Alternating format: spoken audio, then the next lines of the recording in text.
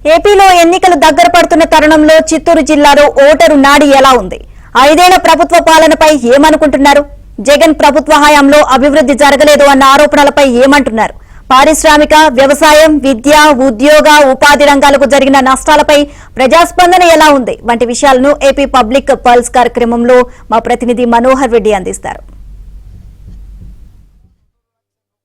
శాసనసభకు, లోక్సభకు ఎన్నికల ప్రక్రియ విడుదలైనటువంటి నేపథ్యంలో మరి రాష్ట్రంలో కావచ్చు, సెంట్రల్లో కావచ్చు, ప్రజలు ఏమనుకుంటారో ఎన్నికలపైన తెలుసుకునే ప్రయత్నం కూడా చేద్దాం.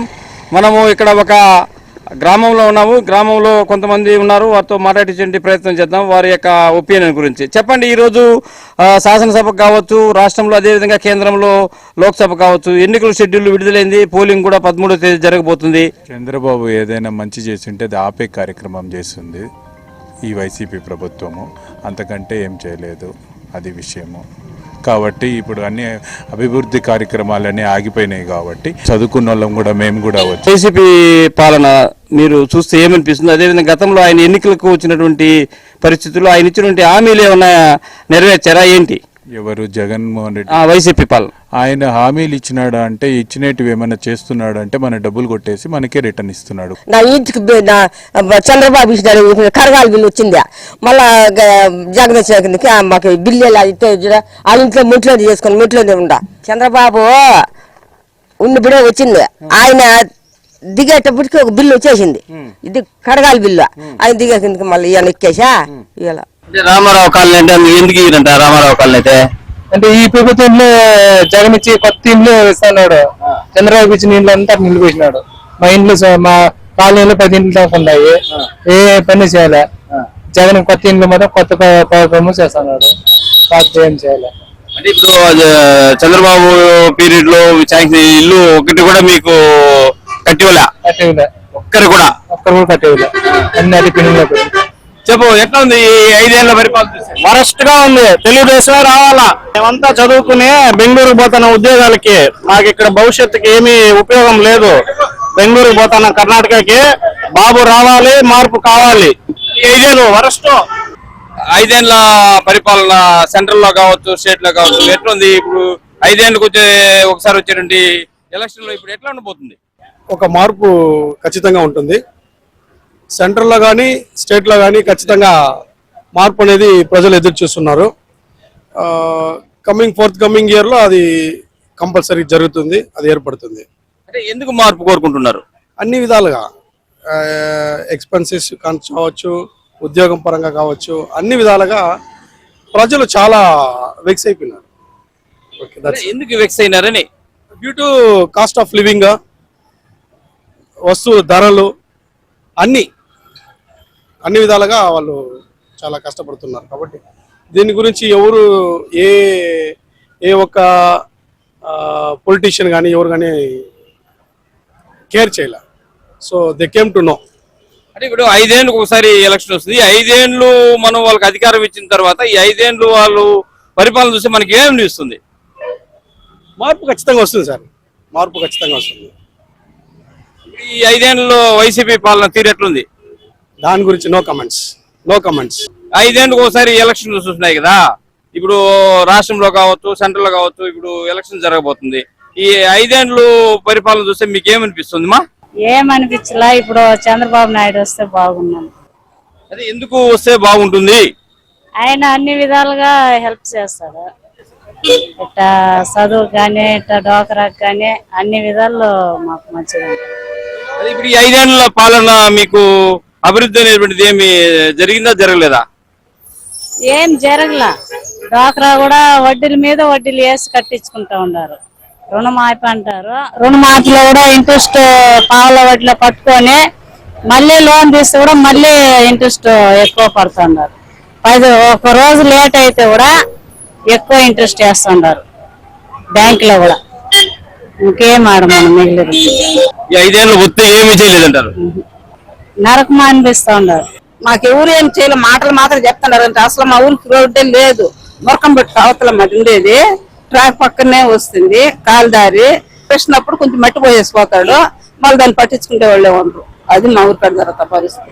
ఇప్పుడు సెంట్రల్ లో కావచ్చు, స్టేట్ లో కావచ్చు, ఈ 5 ఏళ్ల పరిపాలన చూస్తే మీకు ఏమనిపిస్తుంది? వాళ్ళ పరిపాలన రాజకీయ నాయకులు వారి పరిపాలన పరిపాలన వాళ్ళే. ఇప్పుడు మీకు అభివృద్ధి పరంగా కావచ్చు, లేదా ఏదైనా చేశారా, చేయలేదా, ఏంటి? వాళ్ళ స్వార్థం వాళ్ళు చూసుకుంటారు అంతే. అదంటే వాళ్ళ స్వార్థం వాళ్ళు చూసుకుంటున్నారు అంటే ఎలాంటి స్వార్థం? రైతులు ఎవరు పట్టించుకునే వాళ్ళ అంటే రైతులకు ఏం చేయాలంటారు? ఏముండదు, డ్రిప్ సౌకర్యం లేదు,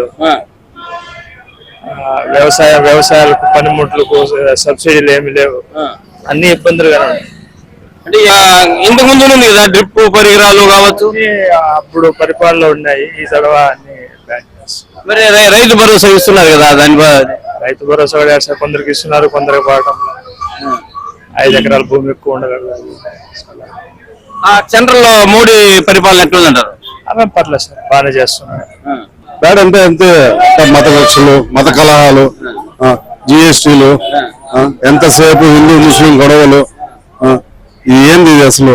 జనాల గురించి ఆలోచించాలా, జనాల గురించి ఏమన్నా అభివృద్ధి చేయిపోయాలా, అది లేకుండా ఎంతసేపు హిందూ ముస్లిం క్రిస్టియన్స్, ఎస్సీలు వీళ్ళ మీద దాడులు జరుగుతా ఉంటే ఎట్లా?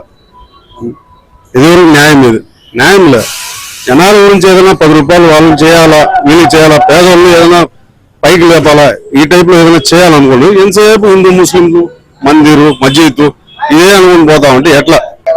మాకైతే నచ్చలేదండి, మాకైతే నచ్చలేదు. ఏమనుకుంటున్నారు ఈ ఎలక్షన్ పైన? 2019లో ఒక ఛాన్స్ అనేసి జగన్మోహన్ రెడ్డి ఈ రాష్ట్రాన్నే కాదు ఆల్మోస్ట్ యువతను కానీ రైతులు కానీ అందరినీ కూడా దగాలో పెట్టి మోసం చేశాడు. ఈ జగన్మోహన్ రెడ్డిని అంతం చేయడానికే ఈ యువత కానీ రైతులు కానీ మహిళలు కానీ అందరూ కూడా ముందుకు కదిలి జగన్మోహన్ రెడ్డి ఈ ప్రభుత్వంలో ఎవరికి యువత కానీ ఒక రైతులు కానీ ఒక మహిళలు కానీ పారిశ్రామికవేత్తలు కానీ ఎవరు కూడా అసలు ఈ రాష్ట్రంలో ఏ ఉపాధి కల్పించిన అవకాశాలు అయితే ఏది లేదు. ఈ ప్రజెంట్ ఈ ప్రభుత్వాన్ని ఓటం దిశగా వెళ్తూ ఉంది. యువత కూడా ముందుకే చాలా స్వచ్ఛందం కదిలి వస్తాం. కాలంలో జగన్మోహన్ రెడ్డి అక్కడ నుంచి కంపెనీలు తెచ్చింది ఏమీ లేదు.